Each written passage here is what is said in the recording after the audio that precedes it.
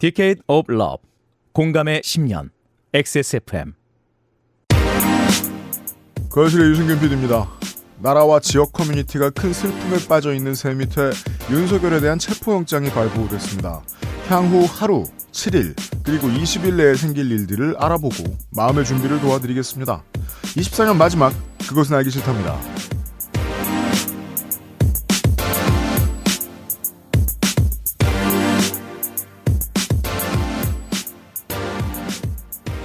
저는 건조 에디터와 함께 있고요. 네. 숫자를 잘 기억해야겠네요. 하루 7일, 27일이요. 그렇습니다. 네. 시사실 곧 만날 거고요. 지난주 예고하고 다르게 24년의 방송을 한 번 더 하게 됐습니다. 김민하 평론가도 허구한 날 기자들 만나기 때문에 잘 아시겠습니다만 속보 경쟁은 아주 어려운 일이고 저는 기자들의 업무가 숭고하다고 생각해요. 특히나 참사 보도 같은 거 볼 때 보고 있으면 많은 기자들이 이번에 달려가서 구조 인력들하고 유가족하고 어울려서 엉켜서 열일을 했습니다. 근데 그래도 지금 호남의 지역사회에 제일 중요한 일은 가장 중요한 일은 위로라고 생각합니다. 속보보다. 그 무안공항에 대해서 잘 모르는 서울 언론들이 이상한 소리 해놔서 이미지 더럽혀놨는데 그 외지인들이 우습게 보는 거지 호남에서 정말 활용도가 높은 지역의 관문이고 되게 많은 시민들이 여기 드나들고 우리가 다른 공항에서 느끼는 것처럼 좋은 추억을 많이 쌓은 곳일 거라고 생각해요. 왜냐면 저는 공항에 가면 이제 사람들 밝은 표정을 주로 보니까 그때 되게 나랑 온 세상이 이웃이구나, 서로 연결돼 있구나라는 걸 감각으로 느끼는 순간이거든요. 그 순간을 떠올리시면서 주변 사람들을 위로하는 시간을 가지시면 좋겠습니다. 네. 저희는 시사 프로 시간이고 위로라는 게 전 대단한 게 없다고 생각합니다. 간단한 안부를 묻는 것 혹은 그보다 덜 해도 돼요. 그냥 옆에 있는 것일 수도 있는 거예요. 그래서 오늘 메신저를 켜보니까 이렇게 떠있더라고요. 김준일 평론가하고 오마이의 박정호 기자하고 제가 얼굴 보는 사람들 중에 그 슬로우 뉴스의 민노 전 편집장하고 생일이시더라고요. 아, 네. 그렇더라고요. 예. 저한테도 한 분이 떴거든요. 네. 축하한다고 하면 됩니다. 모든 것이 위로가 될 수 있습니다. 아까 시사실 보자마자 제가 이런 위로를 했습니다. 핸드헬드 게이밍을 할 기가 막힌 방법을 찾아냈다 내가. 핸드헬드 게임이 근데 뭔가요? 그러니까 죄송합니다. 이제 우리 스팀덱도 있고 우리 네. 네. 그냥 내 핸드폰으로 저 PC나 플레이스테이션 게임을 할 수 있는 방법을 찾아냈거든요. 제가 네. 드디어 제 기술에 되게 느려가지고. 아, 그래서 핸드헬드. 네. 네. 그걸 찾아냈다. 내가 해보고 괜찮으면 알려주겠다. 내 나름의 위로였는데 시사 씨는 위로받지 못했습니다. 자기 눈이 안 좋다. 그래서 눈 안 좋다는 얘기를 제가 한 10분 듣고 있었습니다.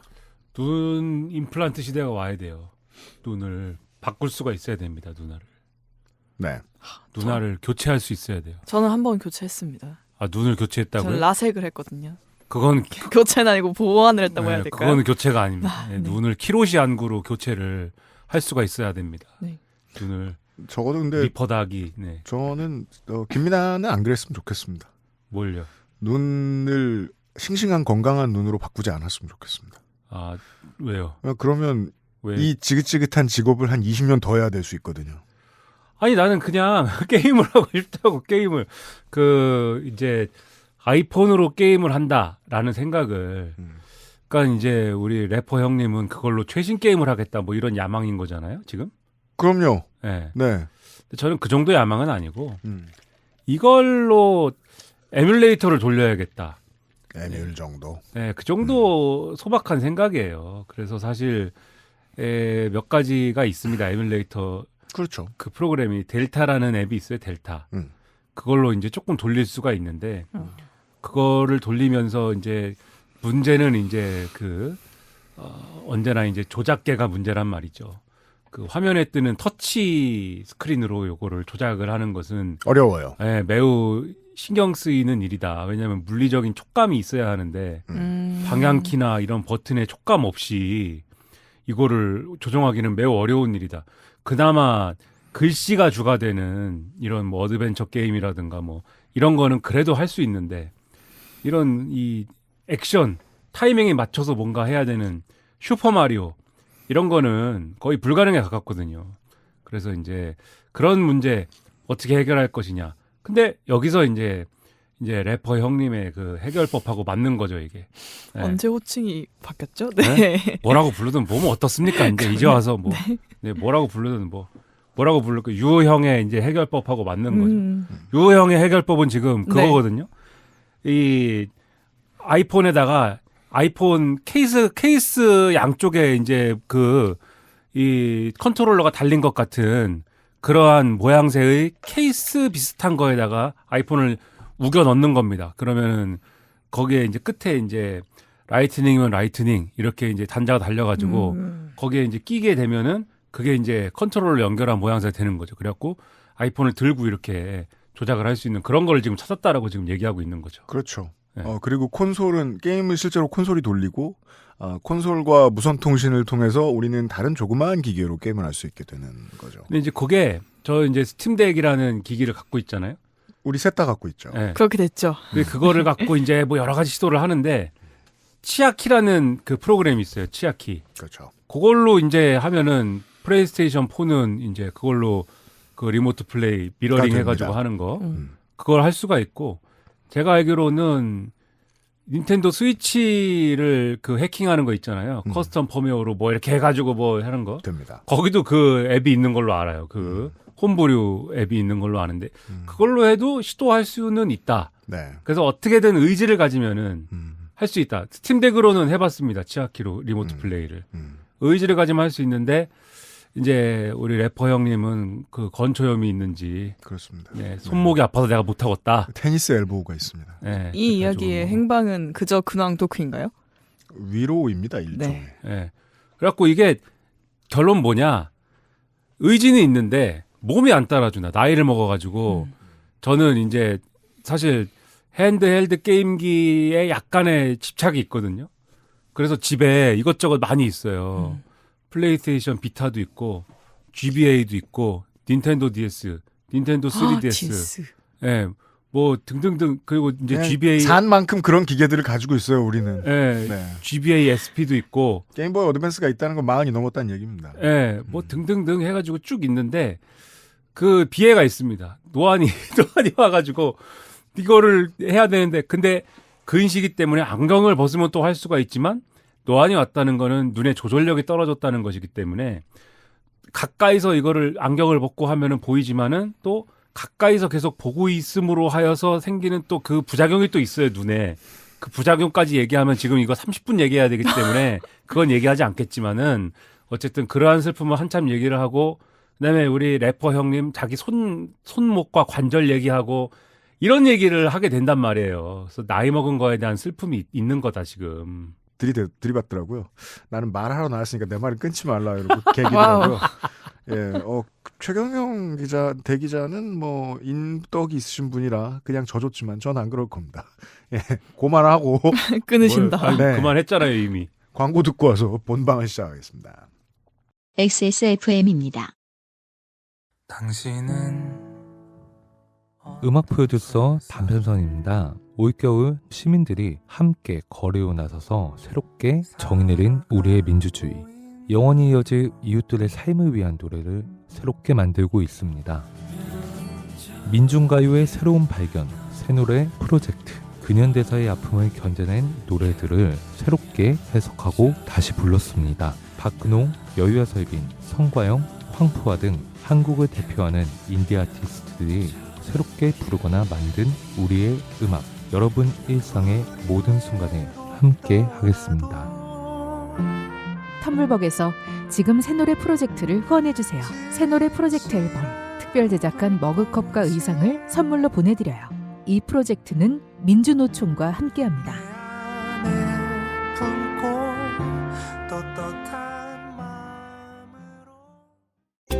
병풍 추출물 70%, 비오틴, 판테놀 4가지 과일 추출물. 이 모든 걸 하나로 빅그린 시카 샴푸. Big Green 중건성용 탈모 샴푸 빅그린 시카. 네, 진경호 팀장입니다. 저희 엄마요? 진짜 경자 옥자요. 충성 경장 진경옥. 세상의 모든 경옥을 위해 120시간 진하게 다렸습니다. 활력 있는 사람들의 이름 진경옥. 평산네이처. 세계에서 유일하게 카본 소재로 제작한 프리미엄 노트북 레노버 싱크패드 X1 카본, X1 요가. 내 비즈니스, 내 삶의 프리미엄을 더해보세요. Lenovo for those who do.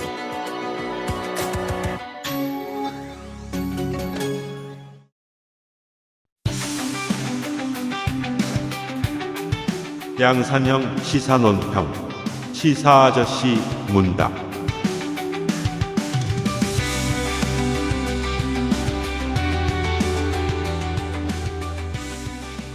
자, 다급하게 긴 시간도 없습니다. 이번 주 그것은 알기 싫다가 화요일, 수요일, 목요일에 업데이트가 되는데요. 수요일, 목요일 방송은 많은 손님들을 만나는 시간이고 지금 한 분 한 분 모이고 있거든요.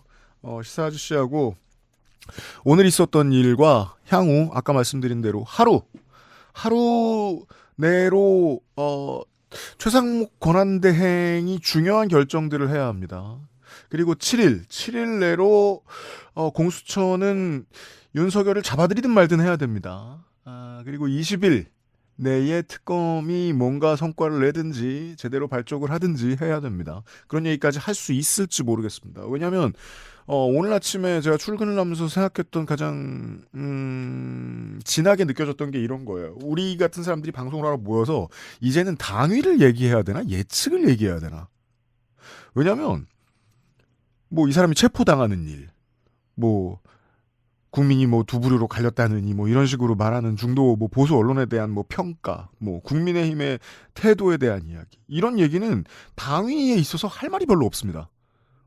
모든 게 너무 분명해서 누가 잘못했는지 잘했는지를 증명하는 것도 시간 낭비처럼 느껴지는 수준이에요. 그럼 예측은 어떻게 얘기할까? 예측도 못 하겠습니다. 하도 지난번 권한대행이 가만히 있으니까 답답했던 박지원 의원이 제 사실 무속 이런 얘기까지 하면서 모든 스토리를 흐려보려고 앞으로 있을 중요한 결정을 해야 되는 사람들의 결정을 움직여보려고 언론도 정치인들도 최선을 다했지만 결국 대단히 달라진 거 없이 여기까지 왔거든요. 오동훈 공수처장이 지난주에 엄청난 말실수를 했단 말입니다. 윤석열 대통령 체포까지는 너무 먼 얘기다 라고 얘기했다가 와 모든 걸 검찰보다 못한다는 건 알고 있었는데 언플까지 검찰보다 이렇게 못하면 어떡하냐라고 혼이 한참 난 다음에 그 사이에 마음이 바뀌었는지 혼나서 마음이 바뀌었는지 아니면 공수처 검사들이 갑자기 수사를 엄청나게 열일을 해가지고 와 이 정도면 잡아들일 수 있겠습니다 라고 드라마틱하게 분위기가 바뀌었는지 알 수 없어요. 예측도 의미값이 좀 적을 수 있어요. 와 그럼 이제 뭘 하지? 여기 앉아있는 사람들은? 오동은 12월이죠. 네. 오동훈 공수처장. 오동은 12월이다. 네, 그게 12월 내에 해야죠. 네. 그 12월이 지금 타짜다. 12월이 9시간 지금 저희 녹음하는데 8시간 56분 남았거든요. 네. 예측밖에 할 게 없는데 일단 저는 올해를 넘겨서 체포를 해도 할 것이고 정도를 생각하고 지금부터는 정말 무속과 감각 영역으로 들어가야 되는 게 범죄 사실이 드러날 때마다 많은 히스토리언들이 전두환 때 어땠고 이승만 때 어땠고 박정희 때 어땠고를 정말 많이 비교를 했는데 지금 체포되는 상황에서 비교할 만한 건 박근혜 전두환밖에 안 남았어요. 출석을 하면서 박근혜 전 대통령은 뭐 죄송하다 송구스럽게 생각한다 하고 엘레강스하게 한마디 하고 들어갔습니다. 옷 잘 빼입고 전두환도 잘 차려 입었던 것 같고 뭐 그 사람 패션 센스 상으로는 그리고 마지막까지 대의를 위해서 저항하는 이미지를 보여주고자 자기 집 앞에서 소소위 골목 성명 같은 것을 하고 갔습니다. 그 유명한. 예. 윤석열은 어떻게 할까? 그 양반들은 전직이거나 뭐 그랬지 않습니까? 탄핵이 인용됐거나 그런 상황이지 않았습니까? 이 사람은 현직. 현직이 지금 현직 대통령이 체포영장이 청구가 된 것은 이제 헌정사상 최초죠. 그렇죠. 현직은 최초죠. 네. 이런 일이 어떻게 일어납니까? 이런 일이 어떻게 일어나느냐 이해가 안 됩니다. 오늘 오면서 이제 그 윤석열 측에 윤갑근이라는 자가 있습니다. 네, 우리 저 변호인단 변호사. 막내. 네. 변호사인데 좀 변호사인지 뭔지도 이제 모르겠고 거기서 변호사 하고 있는 사람들은 변호사 맞습니까? 일단 자격상으로는 다 변호사입니다. 그렇지 변호사가인데 네. 영혼은 정치인이잖아요. 정치당인들이지 않습니까? 우리 갑근이 형. 네. 네, 그래서 일부 이제 희망 회로를 돌리는 민주당 지지자들은 이번 정권 들어서서 윤갑근 변호사가 공천을 2번 국민의힘에서 떨어졌기 때문에 예, 앙심을 품고 그런 히스토리가 아주 이상한 변론을 할 것이다. 이 전에도 찍힌 적 있었잖아요. 검찰일 때도. 네. 이런 전략이 어딨냐고요. 체포영장이 발부된 거에 대해서 체포영장은 지금 불법적으로 발부가 됐다. 이렇게 주장을 하고 있어요. 그렇습니다. 그러니까는 그 수사 권한이 없는 기관에 의해서 저희가 청구가 녹음하기 됐는데. 직전에 윤갑근 변호사가 뭔가를 기자들에게 떠들었는데 네. 그 모든 말이 윤석열에게는 불리하기 그지없는 말들이었습니다. 그 네. 말씀을 하시는 거예요. 수사기관이 수사 권한이 없는 기관이 청구를 했는데 즉 공수처가 내란죄에 대해서 수사 권한이 없는데 이것을 청구했으면은 이게 이제 발부가 되지 말아야 되는데 그런데 발부가 된 것이 의아하다. 그러니까 이게 불법적으로 청구를 한 것에 대해서 발부가 된 것이기 때문에 원천 무효이다. 원천 무효다. 네, 짐이 곧 법이다. 네, 이렇게 주장을 하고. 그래서 정말 지금 우리는 그 말을 들은 지 1시간밖에 안 돼서 모르는데 저는 방금 그러니까 1시간쯤 전에 윤곽근 변호사가 했던 말 되게 영원히 회자될 것 같아요. 권력자라서 피해보고 있다.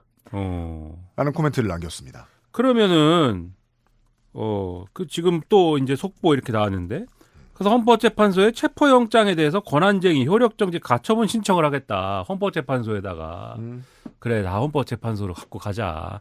네, 이렇게 얘기를 하고 그 다음에 그 계속 반복했습니다. 이게 공수처는 수사 권한이 없다. 그러니까 이들의 논리는 내란죄와 관련된 수사 권한이 없다는 거는 검찰에다가도 뭐 다 이 일당들이 내란 일당들이 이제 하는 얘기고 공수처에다가도 하는 얘기인데 근데 그 논리는 이미 깨진 지가 오래입니다. 김용현 전 국방부 장관 그 구속영장 나오면서부터 법원이 깼잖아요. 그 논리를. 네. 그 직권 남용에 대해서는 이자들이 이제 검찰과 뭐 등등 공수처 등이 수사 권한이 있지 않습니까? 그래서 직권 남용에 대해서 수사를 하다가 내란죄가 있으니까 또 그렇죠. 연관 범죄인 내란죄가 있으면은 그거에 대해서 수사를 하고 그거에 대해서 영장 청구하는 것이 가능하다라는 게 이제 김용현 영장 발부되면서 이미 나온 것이고 나머지 다 비슷한 같은 논리에 의해서 나온 것이고 특히 이번에 체포영장은 공조본에서 신청한 것이다 이렇게 주장하는 거잖아요. 공수처는. 네. 그러니까 그것에 대한 보강 논리도 있고 정 이게 문제가 되면 그럼 경찰이 다시 청구하면 되고 뭐 이런 연관 논리들이 있기 때문에 이게 소용이 없는 논리고 윤석열이기 때문에 특히 플러스가 될 수 있는 쟁점은 이게 어쨌든 불소추 특권이 있는데 직권남용으로 수사를 착수를 했으면 불소추 특권이 있는 거에 대해서 수사를 착수를 한 거여서 이건 또 김용현 건과는 다르지 않느냐 이 주장을 하거든요. 근데 불소추 특권이라는 거는 소추가 안 되는 것이지 수사는 할 수 있는 겁니다. 수사할 수 있는 거예요. 이 문제 많이들 얘기 안 합니다. 수사는 할 수 있다. 그렇죠. 네. 직권남용을 수사를 할 수가 있습니다. 그러니까. 네. 수사를 하려고 그랬는데 네가 안 왔잖아요.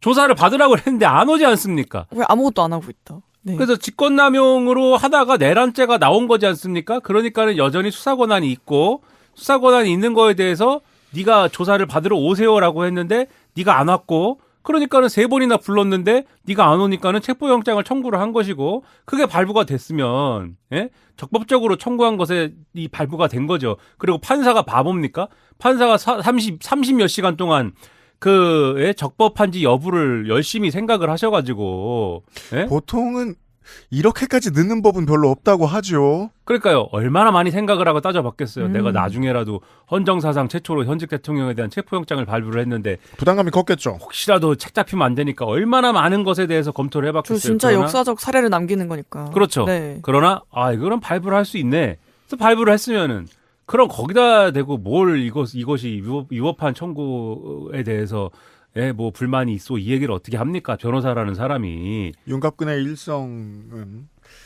협의가 이루어져야 하는데 절차가 없었다라고 말했습니다. 이건 한덕수가 얘기했던 거 아니에요? 저는 진심으로 윤석열에게 강변하고 싶습니다. 이 아저씨 당장 해임하세요, 형.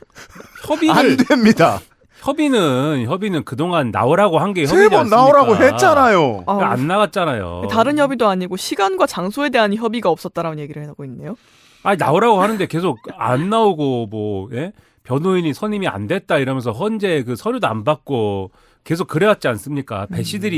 배씨들 변호사가 나타나기 전까지는 변호인 선임도 안 하고 그리고 배씨들이 나타나서 선임한 것도 아니고 헌재가 그냥 서류가 송달된 걸로 칠게요. 이래가지고 이제 저 배씨들이 누군지는 잠시 후에 소개해드리겠습니다. 황급히 배씨들 변호사를 선임을 하고 이렇게 간 거 아닙니까?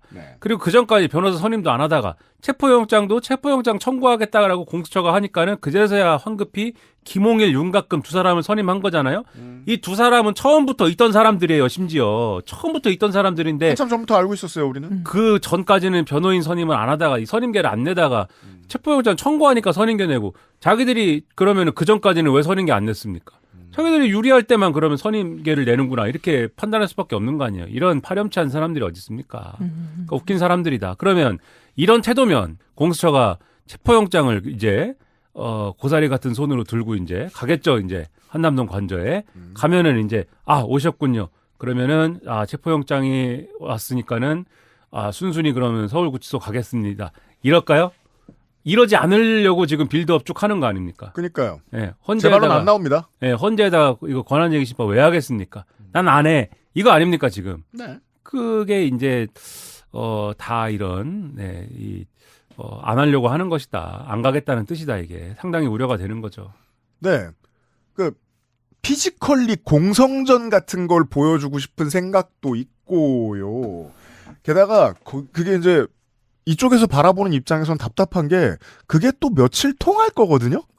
그렇죠. 당장 깰 만한 게 생각이 나진 않네요. 우리 피닉제에 대한 이상평론을 다시 한번 참고해 주시면 우리 피닉제 선생이 전국적으로 인기가 대단하던 스타이던 시절에 자민련에 가신 지 얼마 안 됐을 때 대선 주자일 때 받은 뇌물이었나? 뭐 이런 걸로 체포를 당하실 뻔해요.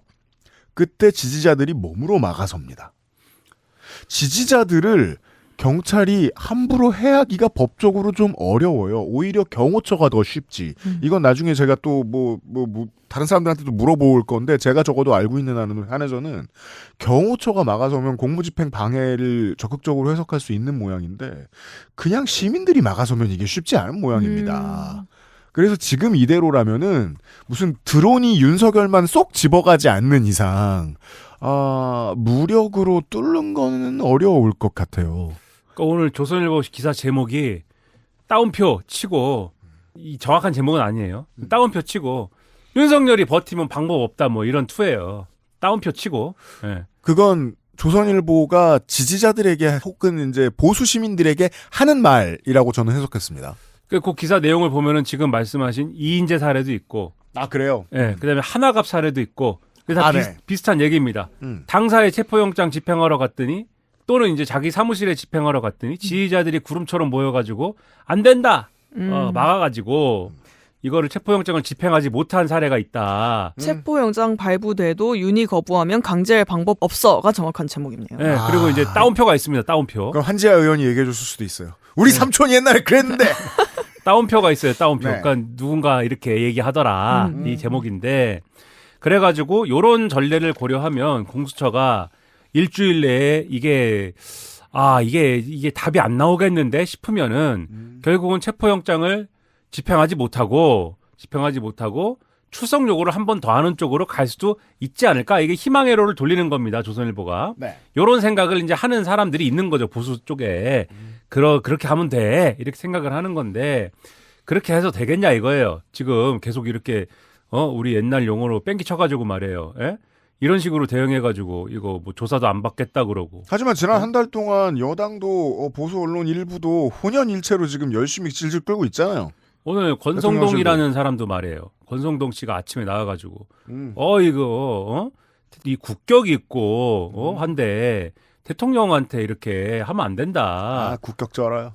그러면서 이게 체포영장이라는 거는 비상수단인데 대통령에 대해서 그래도 한 나라의 이런 행정 수반이고 국가 원수인데 대통령하고 잘 협의를 해가지고 이렇게 조사 일정을 잡고 이렇게 해야지 비상수단을 이렇게 증거인멸의 염려도 없고 도주의 우려도 없는데 이렇게 비상수단을 동원하는 것은 이해할 수 없다. 전 그 말이 이해가 안 됐어요. 얘기를 막 합니다. 증거인멸 염려가 없다는 거예요.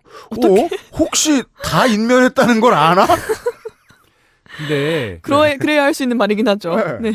일단 체포영장이 비상수단이다. 권성동 씨 검사할 때 그렇게 했습니까?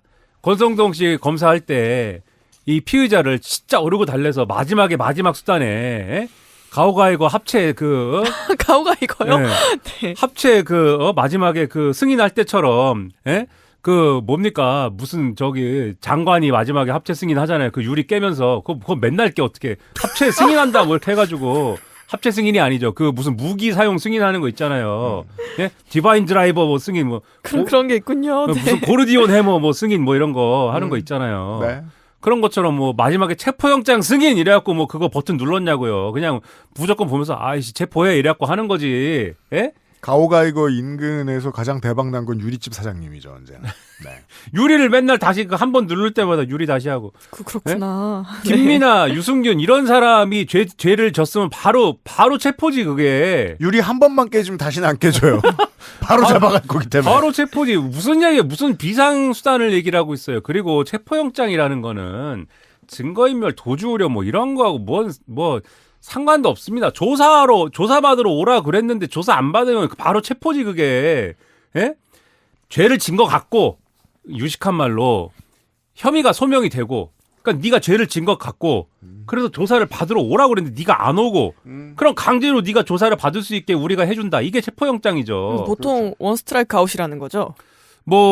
이게 우리 같은 별 볼 일 없는 사람은 네. 바로 그냥 달려가는 것이고 조금 그래도 뭐가 있는 사람은 그것까지는 이해한다는 거예요. 그 정도 높이에 있는 사람을 두 번, 세 번 부르는데 안 오면 이제 체포영장으로 가는 거고 체포영장으로 모셔온 다음에 조사를 했는데 네가 혐의가 소명이 되고 도주 우려도 있고 증거인멸 우려도 있는 것 같아. 그러면 구속영장을 청구를 하는 거죠.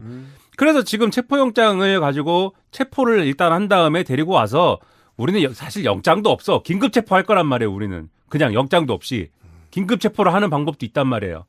근데 어쨌든 간에 체포영장은 법원으로부터 허가를 받아서 하는 거지 않습니까? 네. 임의적으로 수사기관이 긴급 체포할 수도 있단 말이에요. 우리는 긴급 체포지 바로. 생긴 거 봐라 이거 이러면서. 네? 딱 머리 봐라 저거. 머리를 누가 저렇게 하고 다녀. 네? 이러면서 머리를. 근데 그러니까 쉽잖아요. 지금 하는 대로 보자고요. 있는 집에서 짱 박혀 있어 계속. 그러니까요. 1차 소환까지 하고 좀 기다려주면 민간인에 대해서는 최고의 예우를 해준 겁니다. 네, 술만 먹고 말이야. 지금 3번 했어요. 술 냄새 나게. 예. 장어를 56kg씩 사가지고 뭘 했는지. 아무튼 그래가지고 가서 네. 모셔가가지고 조사를 했는데 구속 필요성 있으면 구속영장을 48시간 내에 치고 우리 집회하다가 달려가면요. 그 체포된 거거든요. 집회하다 잡혀가면 48시간 내에 어떻게 해야 될지 왜냐하면 구금 시한이 48시간이기 때문에 보통은 네. 48시간 내에 훈방 조치되고 이렇게 됩니다. 근데 집회를 주동을 하셨거나 뭐 그러셨으면은 이제 구속이 되기도 하고 그렇죠. 구속영장 치는 거잖아요. 그게 그럼 바로 나오죠. 그것도 무슨 정치인들 구속영장 할 때 그 판사가 고뇌하는 것처럼 뭐 열 몇 시간을 하고 그런 거 없습니다. 네. 바로 그냥 구속 때리고 판사 바쁘거든요. 예.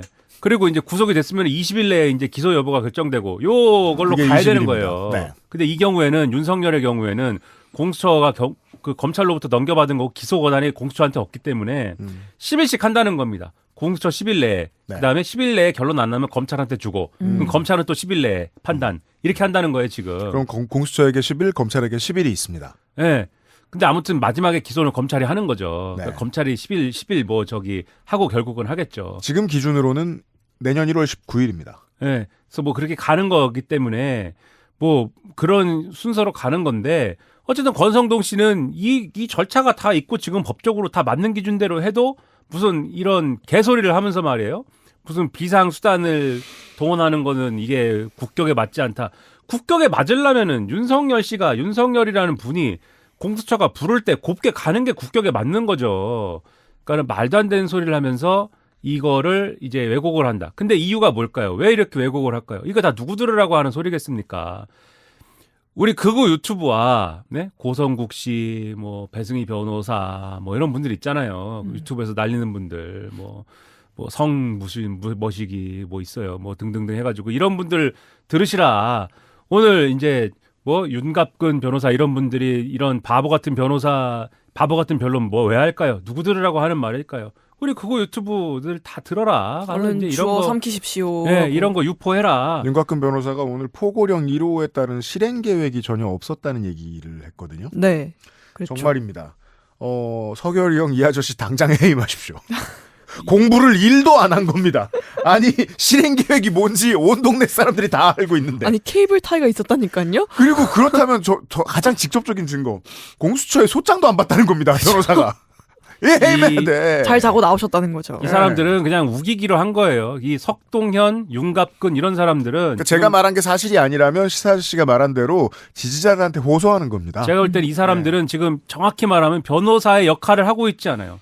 이 사람들은 극우 유튜브들에 대한 이 어떤 대응 논리 공급. 그래서 오늘 뭐라고 그랬느냐 윤갑근 씨가 내란죄에 1도 해당하지 않는다. 내란죄 이 사람이 법적 지식이 있기 때문에 이렇게 얘기합니다. 내란죄는 국헌문란의 목적이 있어야 하고 폭동이 있어야 한다. 여기까지 맞는 얘기예요. 이 다음부터가 다 틀린 얘기입니다. 근데 그 틀린 얘기를 또 자세히 얘기하지도 않아요. 왜냐하면 자세히 얘기하기 시작하면은 보이거든요. 네, 이 틀린 얘기를 잘 할 수가 없거든요. 그러니까 자세히 얘기하지 않고 그런데 가야죠. 국헌문란의 목적이 없었고 폭동도 없었다. 그러므로 내란죄가 아니다. 이러고 끝냈어요. 설명을. 그러니까 더 자세히 얘기해봐야 자기들 손해기 때문에 그냥 그렇게 얘기한 거 끝냈습니다. 그리고 이것은 내란이 아니라 비상계엄이고 비상계엄은 대통령의 헌법적 권한이다. 그냥 이렇게 얘기하고 끝냈어요. 더 얘기해봐야 다 반론만 있거든요. 그러니까 이 얘기만 주장창 하는 거예요. 그거 유튜브에서. 그리고 그 지지자들도 앵무새처럼 이 얘기만 주장창 하는 겁니다.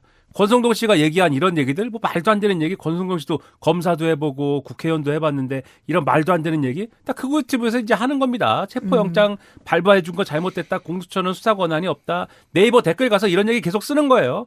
그리고 뭐, 이거 뭡니까? 판사는 뭡니까? 이제 판사는 좌파예요, 이제. 그리고 보세요. 다 헌재로 가져가죠. 헌법재판소로 이것도 권한적인 심판 가져가야 되죠. 그다음에 뭐예요? 또 그 한덕수 탄핵 이것도 헌법재판소가 가름할 타줘야 되죠. 그다음에 이 헌법재판소에서 또 뭘 해야 되냐? 151명이냐 200명이냐 한덕수 탄핵에 필요한 거. 이것도 헌법재판소가 판단을 해줘야 되죠. 다 헌법재판소로 가져가는데 제가 볼 때는 헌법재판소가 국민의힘이나 윤석열에 유리한 이 결론을 내려줄 거는 단 한 개도 없거든요, 지금. 그러니까 왜냐하면 자기들이 목리를 부리고 싶은 모든 것을 몰고 가서 기자들은 이때 폭거라는 말을 쓰는 게 더 좋을 것 같습니다. 권한쟁이 폭거를 하고 있어요. 막 집어던지고 있어요. 근데 이 볼을 판정해줄 심판이 동일하다니까요. 그렇죠. 그리고 심판 임명을 안 하고. 네. 이렇게 해가지고 계속 헌법재판소가 안 돼, 아니야, 이건 아니야, 이유 없어 이렇게 하잖아요. 그러면 헌법재판소는 이제 편향된 사람들입니다. 좌파가 되는군요. 네, 이제 헌법재판소는 좌파입니다. 극우 유튜브 가면. 이게 극우의 장기전 중에 하나입니다. 네, 예. 좌파고. 그럼 이 끝에 저는 헌법재판소가 지금 법리적 쟁점이 있긴 한데 결과적으로는 윤석열 탄핵은 인용이 99.999% 되는데 윤석열은 이제 극우의 세계에서 억울하게 탄핵을 당한 겁니다. 헌법재판소에서. 억울한 탄핵을 당한 거죠. 네, 맞아요. 그럼 다시 일어설 수 있겠네요. 그렇죠. 그 사람들은 이제 네. 거기 있는 그 태극기 집회, 뭐 거기 자칭 광화문 집회, 자칭 태극기 집회 이 사람들은 이제 거기서 이제 윤석열 아이돌이에요. 이제 윤석열은 거기 아이돌이고 주구장창 억울하게 탄핵당한 우리 윤석열 이거를 하면서 아주 그 부흥회를 맨날 하고 그 유튜브가 뭐 맨날 좌편향 헌법재판소, 좌편향 대한민국, 좌파들의 나라 뭐 이런 거 하는 겁니다, 이제. 변호사 비용이 모자라면 윤석열 응원봉을 만들어서 49,000원에 팔면 됩니다. 잘 팔릴 겁니다. 잘 팔리면. 그 모양은 시바스리갈 이런 모양으로 해가지고. 잠시 후에도 이런 얘기를 해드릴 텐데 너무 저희가 잔인하네요. 그건.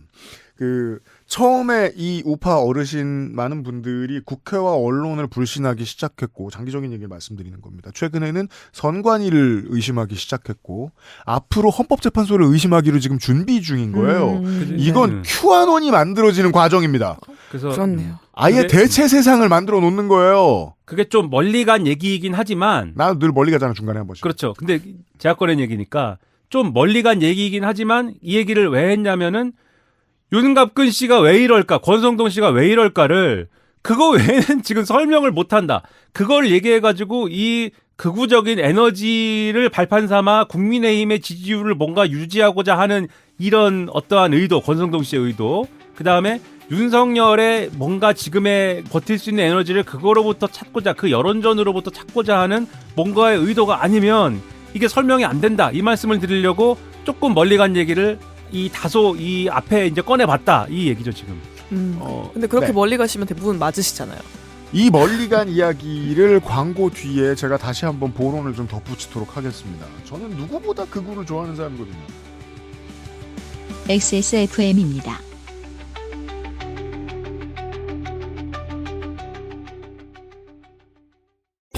두피가 건조하고 간지럽다면? 트러블이 생기고 심지어 비듬까지? 아직 빅그린 안 써보셨나요? 약해진 두피에 필요한 건 저자극 세정, 강한 보습력으로 생기 있는 모발까지. 빅 그린 두피를 씻자. 빅그린 시카 샴푸. 근현대사의 아픔을 견뎌낸 우리의 민중가요를 한국 대표 인디 아티스트들이 새롭게 해석한 새노래 프로젝트. 텀블벅에서 지금 새노래 프로젝트를 후원해주세요. 새노래 프로젝트 앨범 특별 제작한 머그컵과 의상을 선물로 보내드려요. 이 프로젝트는 민주노총과 함께합니다. 우리 외롭더라도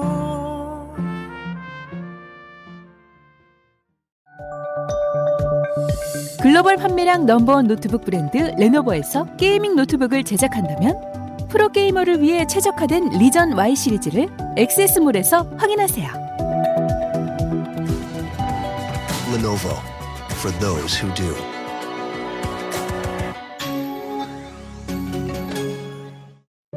진경옥은 물을 타지 않습니다. 진경옥은 대량 생산하지 않습니다. 진경옥은 항아리에서만 중탕합니다. 진경옥은 엄선된 원료만 사용합니다. 진짜를 찾는다면 진경옥입니다. 고전의 재발견 진경옥. 평산네이처.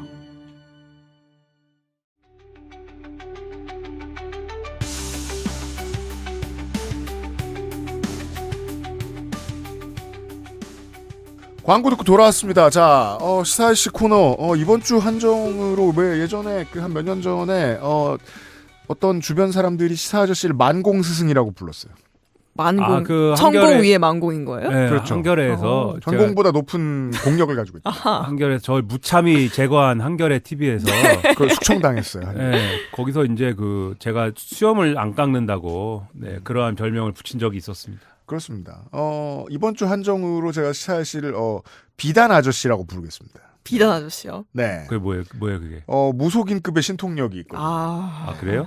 안산에 가서 개업하시면 안산 군산이지. 군산. 군산에 가서 네. 개업하시면 됩니다. 네. 비단 아저씨 몰라요? 모르죠 나는. 네. 비단 아저씨와 함께하고 있습니다. I told you so 모먼트입니다. 제가 분명히 지난번에 시사일 씨를 만났을 때 국민의힘은 그냥 숙주고 오버마인드이자 연가시는 자유통일당이라고 했잖아요. 그렇죠. 정광훈 당이다. 3년 전부터 얘기했잖아요. 제가. 그랬죠. 이제 그 이야기에 윤갑근, 권성동, 윤상현, 나경원, 권영세 이런 사람들이 잡아먹힌 꼴이에요. 그래서 저는 심각하게는 이렇게까지 보는 거예요. 지금 나오는 국민의힘 지지율 30%가 진짜라면 이들은 그게 혹은 전광훈은 혹은 이 사람들도 마찬가지로 그건 자유통일당에 대한 지지율이라고 보는 사람들도 있지 않을까? 적어도 제 눈에는 그렇게 보여요. 그 숫자가 우리를 받쳐주고 있다. 그들이 우리의 논리를 완벽하게 믿고 있다는 정도의 생각을 해야 이런 논리를 뿌릴 용기를 얻죠. 정치인은 지지율이 전부인데 이거 지금 극우 논리에 대한 지지율이다. 이 30%는 부정선거를 믿고 헌재가 좌파라고 믿는 사람들이다. 라고 생각하지 않을까라고 본다는 겁니다. 그게 멍청하다는 말은 저는 100번도 10,000번도 더 했어요. 권성동 의원, 김건희 여사가 싫어합니다. 김건희 여사가 이준석에게 접근하면서 권성동을 제거해준다는 얘기를 한 적이 있다는 거 10월 달에 나왔던 얘기예요. 아무래도 관상이 안 좋으니까. 동작 구민들이 관상 좋다고 얘기하는 나경원 의원. 원내에서 김건희 씨가 제일 싫어하는 사람이죠. 그렇죠. 윤상현 의원. 명태균 아래잖아요. 윤석열이 만들고 싶었던 계엄 이후의 국보위, 이 뭐라고 해야 되죠? 그 사람 말만 듣는 갑자기 만든 급조한 의회가 생기면 이 사람들 자리 있었을까요? 없었습니다. 근데도 여기 들러붙어 있잖아요. 그렇다면 아마 지금 국민의힘이 윤석열을 쉴드치고 있는 것 같은 이 이미지는 실제로는 윤석열을 쉴드치는 것이 아니라 우리 이전에 되게 많이 얘기했던 윤석열이 끝났다는 건 안다.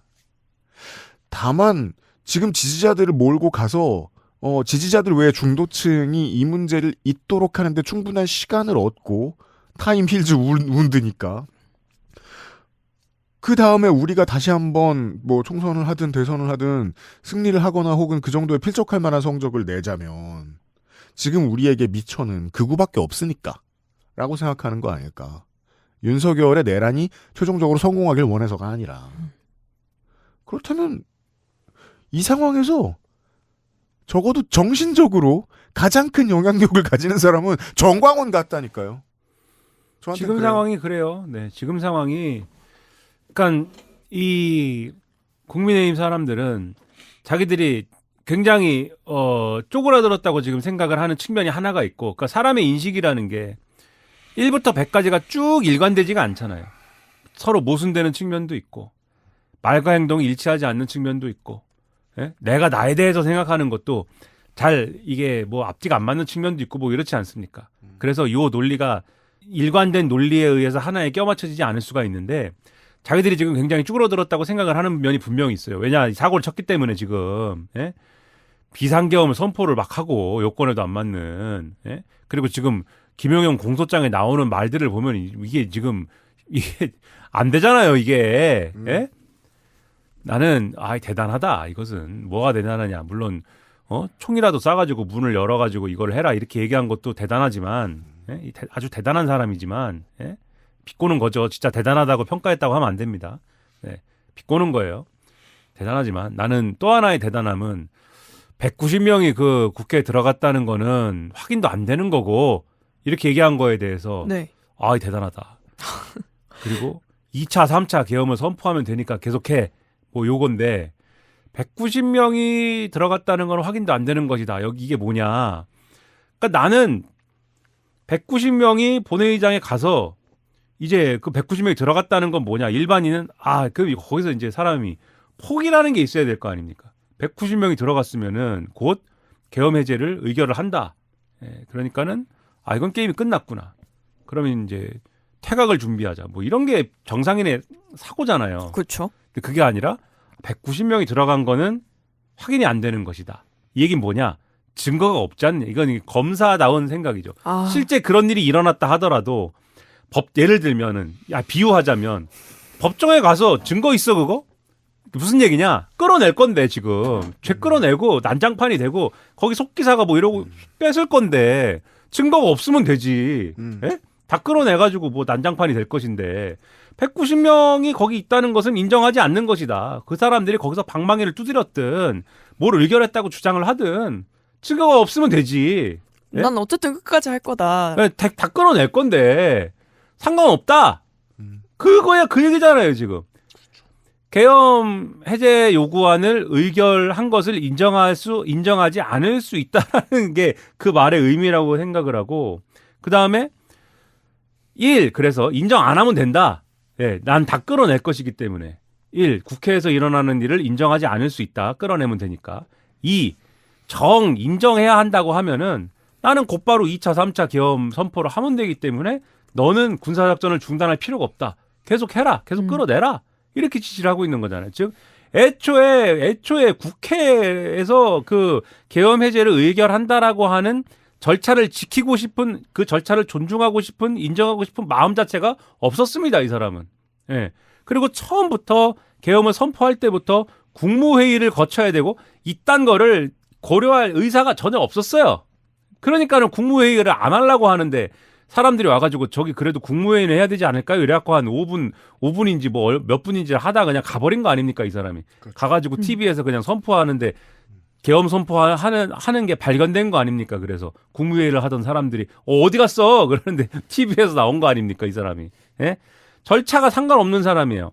그리고 뒤에 아까도 말씀하셨듯이 국회라는 걸 그렇게 개무시하고 다 잡아갔으면은 입법은 어디서 하려고 그랬어. 그래서 이거와는 별개의 이제 계엄 치하에 맞는 독재에 맞는 그러한 계엄용 이제 별도의 입법 기구를 만들려고 했다. 그게 전두환 국보위를 만들려고 한 거 아닙니까? 그러니까 이 사람의 사고 방식은 그냥 독재자였던 거 아니에요. 그냥 말 그대로 독재자. 그거를 국민의힘이 그런 사고를 쳐놨고 한동훈식으로 표현하면은 그러한 끔찍한 일들이 다 공개가 될 것인데 그것들을 지금 안고서는 여러분 저희들이 이 비록 잘못한 일이고 이 윤석열 아주 나쁜 자식 우리가 나쁜 자식이고 우리가 배출한 대통령이지만 진짜 나쁜 놈이에요. 여러분 저희가 잘못했으니까는 뽑아주세요. 이렇게 해서 감당될 일이 아니다. 이렇게 생각을 한단 말이에요. 국민의힘이. 그런데 그렇게 해가지고 그러면 이제 국민의힘 사람들의 논리 구조 이런 겁니다. 그럼 우리가 자살해야 됩니까? 우리 죽어야 됩니까? 그러면 우리 인생 접어야 되나요? 정치 인생 접어야 될까요? 제가 하고 싶은 말은 그래 접어라 이거지만 그들은 그렇게 할 수 없잖아요. 우리는 살아가야 합니다. 우리는 바퀴벌레처럼 생명을 유지해야 합니다. 우리가 생명을 유지할 수 있는 방법이란 이 무슨 착한 척 해갖고 되는 일이 아니지 않습니까? 이거예요 지금. 그러면 착한 척해서 할 수 있는 일이 아니면 진짜 바퀴벌레처럼 진짜 아주 발을 담궈서는 안 되는 쓰레기에라도 발을 담궈가지고라도 뭔가를 해야 되는데 그게 뭐냐? 그게 전광훈 아니냐 지금은. 전광훈과 그 일당들의 말도 안 되는 극우 논리. 미국으로 따지면 트럼프 지지자들. QAnon에 의해서라도 우리는 생명 연장을 해야 된다. 그게 지금 합의된 구조인 거예요. 국민의힘은 지금. 그래서 윤석열 의원이 집회도 나가고 가서 그렇죠. 큰절도 하고. 거기 가서 미안하다고 하고 거기에 의존하는 방식의 어떤 여론전을 펴고 이제는 극우 유튜브 없이는 살 수 없는 그런 과정으로 가는 거고 지금 그러고 있는 게 다 그런 이유 때문인 거죠. 2018년에 저희 그 알실에서 자유한국당 중진들이 신의 한 수에 못 나가서 안달이다라는 이야기를 정리를 해서 전달을 해드린 적이 있습니다. 그때 이후로 이 정당의 편향성, 벡터값은 바뀐 적이 없다라는 정리를 한번 말씀을 드려야 될 것 같고요. 꾸준해왔다. 예. 그때도 쭈그러들었거든요. 예. 그때도 마찬가지인 거예요. 네. 그렇다면 20년, 22년 이때에 반짝했던 순간 이 뭔가 달라져서 표를 얻은 건가? 아니라는 것도 알 수 있어야 된다는 거예요. 이 정당이 혁신을 했고 대단히 좋은 결과를 냈기 때문에 대선과 지선에서 이긴 건 아니었습니다. 뭐 지금 그것은 오직 반대하기 위해서 그것은 오직 상대를 반대하기 위해서는 내가 무슨 그것은 어느 날 이준석일 수도 있고 그것은 어느 날 뭐 한동훈일 수도 있고 또는 뭐 언제는 오세훈일 수도 있고 어쨌든 착한 척 할 수 있고 거듭난 척 할 수 있고 뭐 혁신일 수 있고 탄핵의 각을 심지어는 건널 수도 있고 반대하기 위해서는 내가 태극기가 아닐 수도 있어요. 태극기 부대조차. 제가 언제 말씀드렸나요? 그 기사를 당시 한국일보인가 기사를 보면은 배낭에 태극기 꽂고 있습니다. 할아버지가. 태극기 꽂고서는 오세훈 지지 유세 왔어요. 할아버지가. 그래서 기자가 물어봤습니다. 평소 태극기 집회 나가시냐. 아니라는 거야. 난 아니다. 그런 사람 아니다.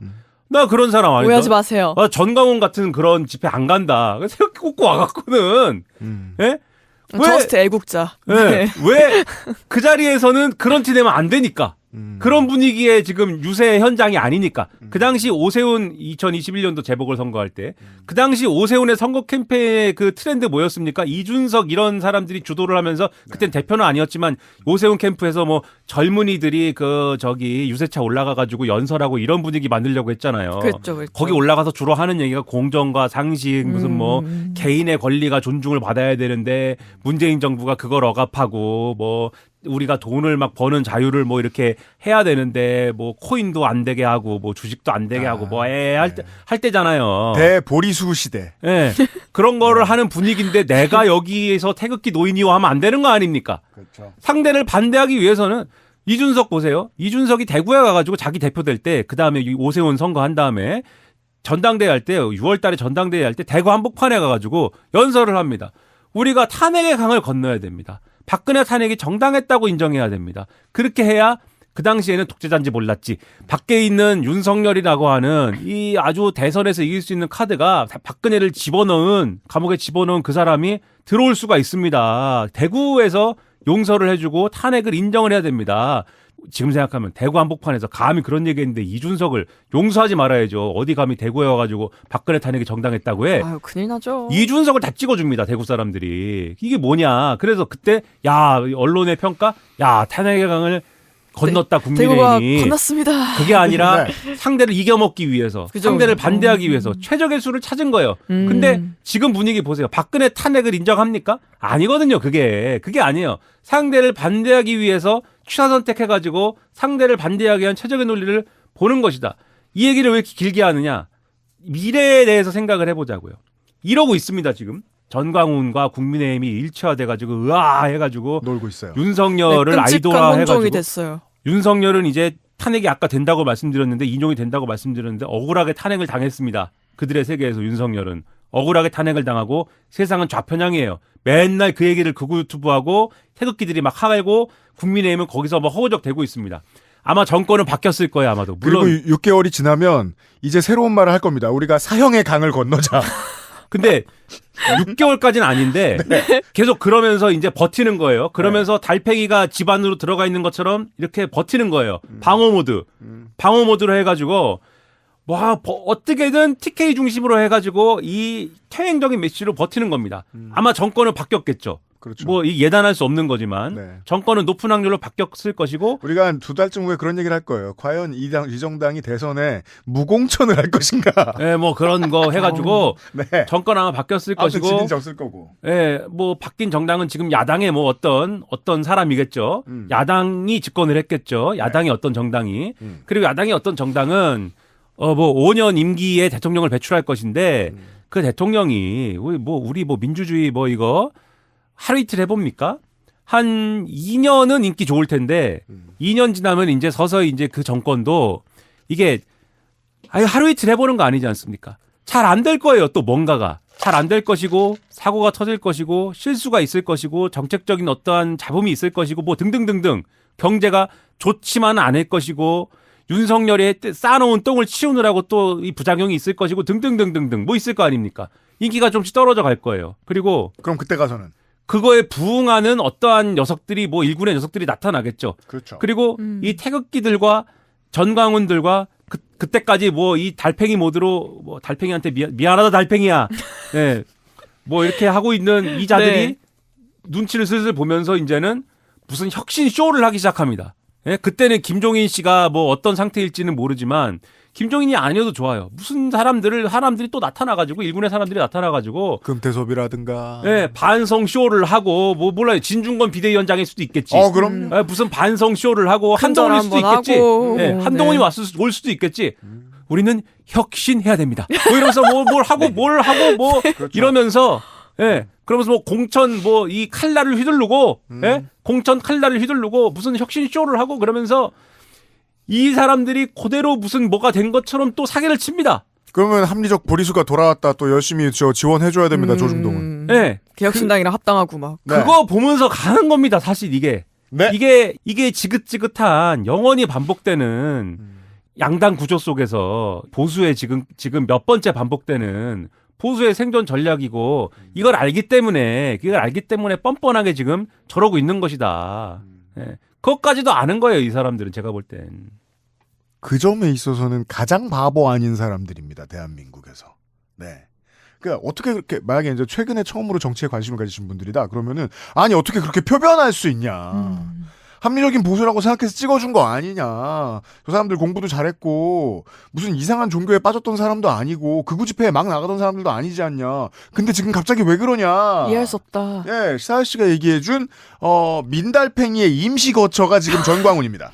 아니 민달팽이는 집이 없고 달팽이는 집이 있으니까. 근데 달팽이는 근데 집이 일단 자기 몸의 일부인데 그렇구나. 극우가 꼭 그럴 수는 없잖아요. 그렇죠. 예, 네. 그래서 제가 자꾸 전광훈이 더 커진다 그러는 거예요. 왜냐면 제가 네. 박근혜 탄핵 때 저희 친한 분하고 한번 싸웠어요. 왜 싸웠냐면은 그분이 그러는 거예요. 이렇게까지 국정농단을 하고 그러면 이제 새누리당은 없어질 것이다.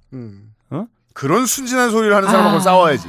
아니 근데 정치에 관심이 없던 분이었어요. 정치에 그쵸. 관심이 없었는데 이 상황에 너무 분노하셔가지고 걷다 대고 이빨은 소리 하면 안 되는데. 너무 분노하셔가지고 막 이러면서 막 집회 생전 처음 나가보고 막 너무 분노해가지고 막 이렇게 된 분인 거예요. 그거 막 나와가지고 막 이랬는데 그래가지고 이 새누리당 없어져야 된다. 이 자식들은 안 된다. 막 없어질 것이다. 그래서 내가 이제 명색이 평론가인데 그 마음 이해한다. 진짜 나도 없어져야 된다고 생각한다. 근데 아마 다음 총선 때 아마 어느 정도는 방어하고 이렇게 갈 것이다.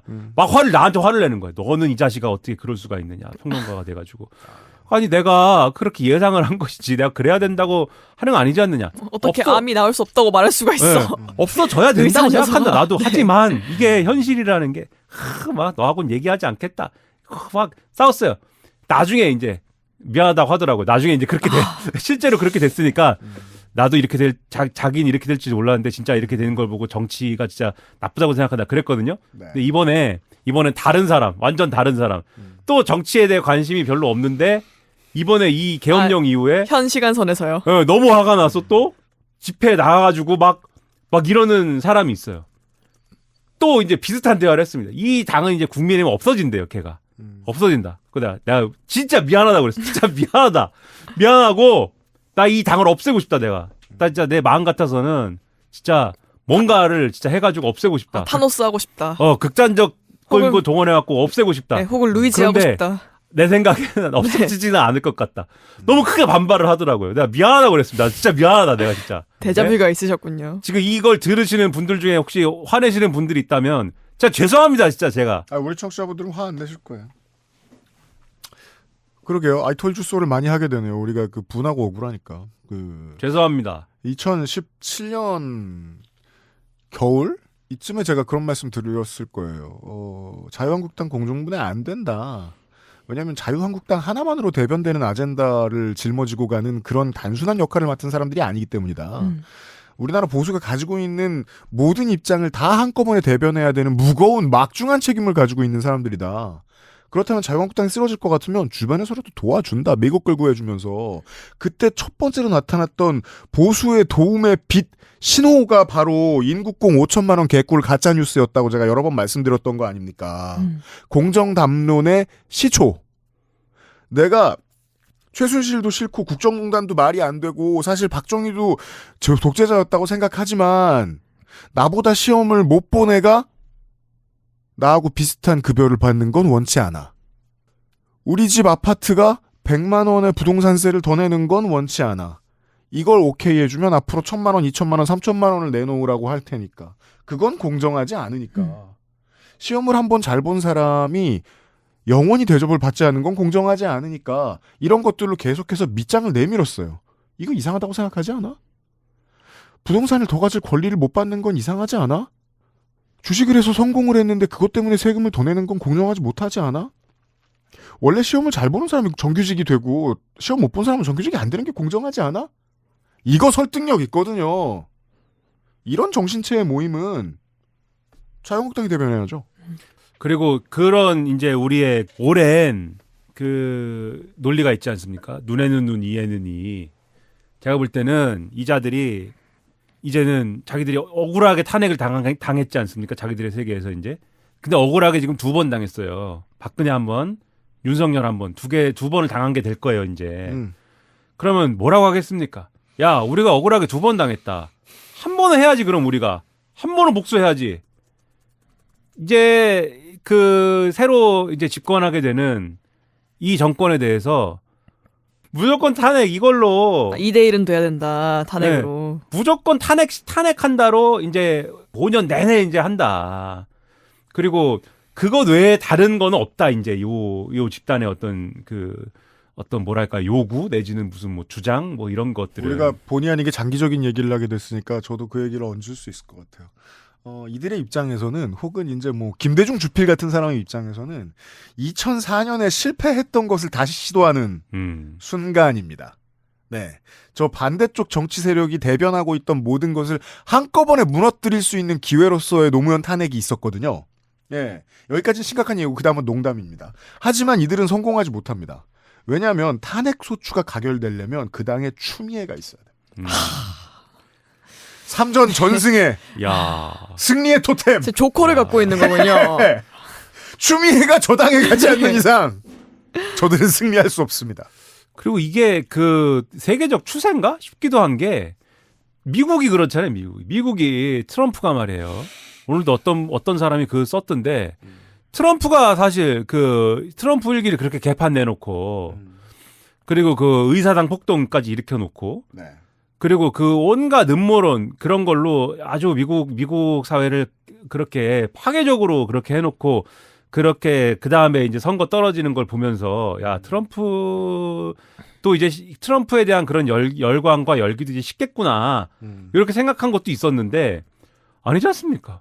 그걸 그대로 유지해가지고 그걸로 버티고 바이든이 무슨 뭐 이런 부당하게 자기 승리를 뺏어간 것처럼 그렇게 주장을 하면서 버틴 끝에 돌아왔잖아요, 이 사람이. 그렇게 보면 정광훈과 국민의힘의 판세 분석이 정확한 거예요.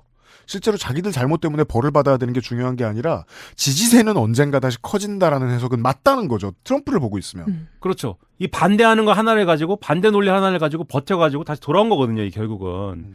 그런 것까지 고려를 해보면은 같은 민달팽이였다. 네, 그런 것까지 고려를 해보면은 이 상황 자체가 단기적으로는 그 국민의힘이라고 얘기를 해야 될지 전체 보수 세력이라고 얘기해야 될지 저 같은 평론가들도 그렇고 단기적으로는 야 그렇게 해서 국민의힘 살아날 수 있겠어? 그렇게 하면 국민의힘 죽는 거야. 그런 전략은 국민의힘 문 닫는 것이다. 그런 말 안 하는 게 좋을 것 같아요. 네, 관뚜껑에 못 박는 것이다. 이렇게 얘기하지만 장기적으로 이게 어떤 미래를 예감하고 있는 것이냐에 있어서는 악마의 계산이다라고 저는 그렇게 표현을 했는데 악마의 주판화를 튕기고 있는 것이고 무슨 칼럼 썼죠. 네, 그리고 요런 게 결과적으로 이게 하나의 정치 세력의 뭐 흥망성쇠에 있어서는 플러스 요인일 수 있을지 모르지만 전체 사회 구성원의 입장에서 사회 공동체가 더 나아지는 방향으로 가는 거냐 더 이제 최악의 방향으로 가는 거냐의 문제에 있어서는 최악의 방향으로 가는 거죠. 네. 그러니까 이게 뭐냐는 거예요, 이게. 네. 그러니까 제가 그 말씀을 드리는 이유가 뭐냐면 적어도 당장 다 쓸러 내려가야 되고 그게 아니면 다른 답이 없다라는 생각이 드실 거고 저도 그랬으면 정말 좋겠고 제 필생의 목표일 수도 있습니다만 제가 굳이 이런 비루한 일을 하고 있는 비루?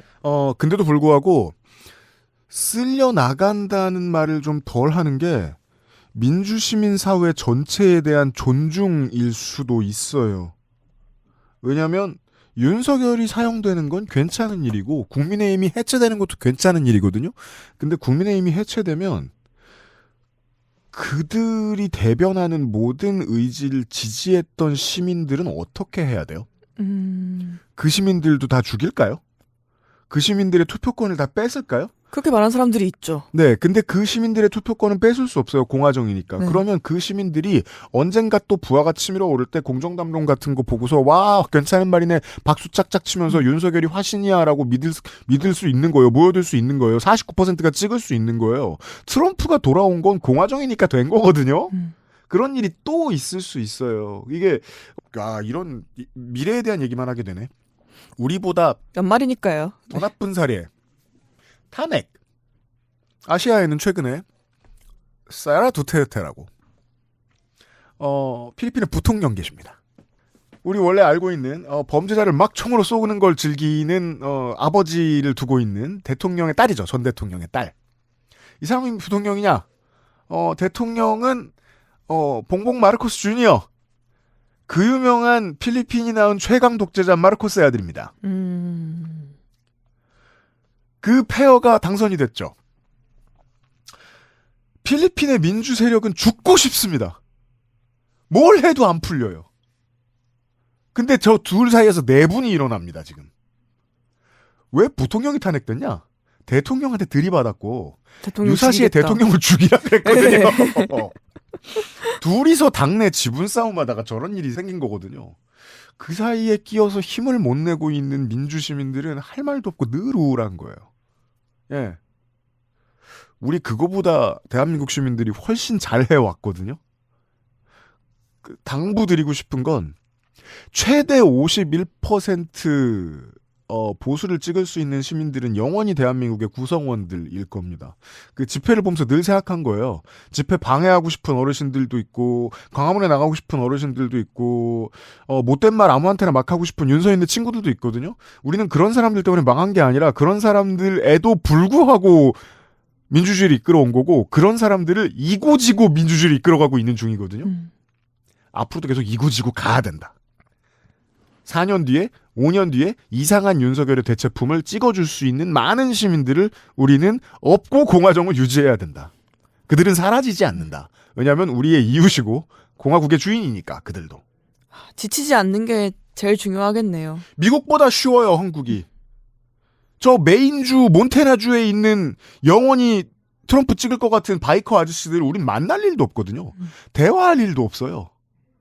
미디어도 완전히 달라져 있어요. CNN도 1초 안 보는 사람들이에요. 대한민국은 그거보다 낫다고 생각합니다. 네. 메인주는 좀 낫지 않나요, 그래도? 아, 죄송합니다. 메인은... 잘못 말했습니다. 네. 네. 그 겁나 높은 그 첨탑 있는데 어디지? 거기가 사우스다코타인가? 그런데. 네. 근데 아무튼 뭐 좋은 말씀이고 맞는 말씀이죠. 네. 그러한 조건이 힘들긴 하지만 당연히 이제 주어진 조건이고 근데 이런 건 있어요. 좌파를 조직해야 한다. 네, 이것은 네. 좌파가 많이 해결할 수 있다. 그건 김준우의 야망에 가서 말씀하시고. 그리고 이 단기적인 이제 시사 현안을 몇 초만 얘기하자면. 그러세요. 헌법 재판관을 빨리 임명해야 된다. 이거 가지고 장난치지 마라. 네, 헌법 재판관을 임명하지 않는 것 자체가 너무나 심각한 일이고 큰일인데. 내일 오후까지 해야 되고 네. 일단 저희들은 지금 2시쯤까지 저희가 지금 녹음하고 있는데 오늘따라 빨리 올리는 것 같지 않습니까? 여러분 들으시는 시점쯤에는 권한대행이 국무회의를 열었을 거예요. 근데 임명을 이거를 안 하는 것이 그 탄핵 소추의 사유가 충분히 된다고 저는 생각을 하고. 타이밍이 좋네. 저 마지막으로 그 얘기 빨리 하고 끝내려고 그랬어요. 네, 말씀하세요. 네, 이거를 언론이 마치 야, 왜 이렇게 민주당은 헌법재판관 임명을 빨리 하라고 하지? 이게 이재명이 빨리 대선을 치르고 싶어서 그런가? 이렇게 접근을 자꾸 아니, 하는데. 그 사람들 기자 아니에요? 그 사람들 내란 안 봤어요? 그거랑 그 두 가지 법적인 프레임이 대립하는 것처럼 쓰는 것도. 그러니까 왜 반란이 없었던 것처럼 기사를 쓰냐고. 그건 정말 너무하잖아. 근데 법에 그러니까 국회 몫의 헌법재판관에 대해서는 국회가 선출하도록 돼 있고 그걸로 끝난 겁니다. 그러면은 나머지 무슨 뭐 국회가 선출한 헌법재판관에 대해서 대통령이 지금은 권한대행이지만 대통령이 그것에 대해서 한 번 더 무슨 뭐 검토를 해야 된다거나 협의를 해야 된다거나 거부권을 행사할 수 있다거나 이런 게 없어요. 그냥 임명을 하면 됩니다. 근데 이것을 임명을 다른 무슨 뭐 한덕수처럼 여야 합의를 안 했기 때문에 내가 고민이 되네요. 이렇게 얘기할 수 있는 그러한 갭 자체가 없고 그러한 이유로 임명을 안 한다면 그러한 이유로 임명을 지연시킨다면은 그 임명을 지연함으로 인해서 헌법기관이 헌법재판소가 마비될 수 있는 위험에 빠지는 거잖아요. 그 이유가 이 여야가 합의하지 않았다라는 거는 이유가 안 되고 그거는 정치적으로 그게 바람직하냐 바람직하지 않느냐의 이유인 것이지 여야가 합의했느니 안 했느니의 어떤 우여곡절을 거쳐서 국민의힘도 한 명을 추천하고 야당이 2명을 추천하는 형태로 국회가 의결을 끝냈으면은 하기로 했으면 그렇죠. 그걸로 된 거란 말이에요. 네. 그러면 그냥 임명을 해서 헌법재판소의 그 상황을 헌법재판소의 그 공백을 치유를 빨리 해야 되는 게 헌법적 책무인데 그거를 방기하고 있는 거잖아요.